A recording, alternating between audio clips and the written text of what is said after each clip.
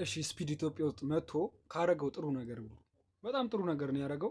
ግን በዛ ምግብ መታመሙ በጣም መጥፎ ነው።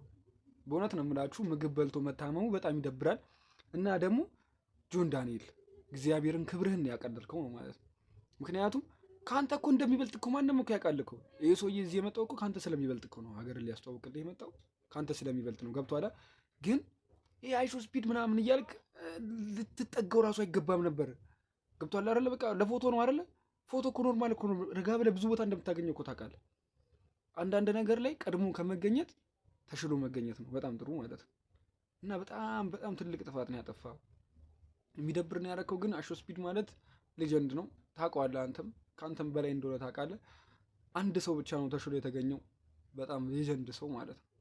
ይመቻችሁ። እና ማለት ነው ሀገራችንን ደግሞ በድሮን ይዋት እስቲ ከንግድ ባንክ ጀምሮ ያለትን ያት ችን ትመስላለች ማለት ነው። አይሾ ስፒድ እንደዚህ ያረክልን አንተን እናመሰግናለን።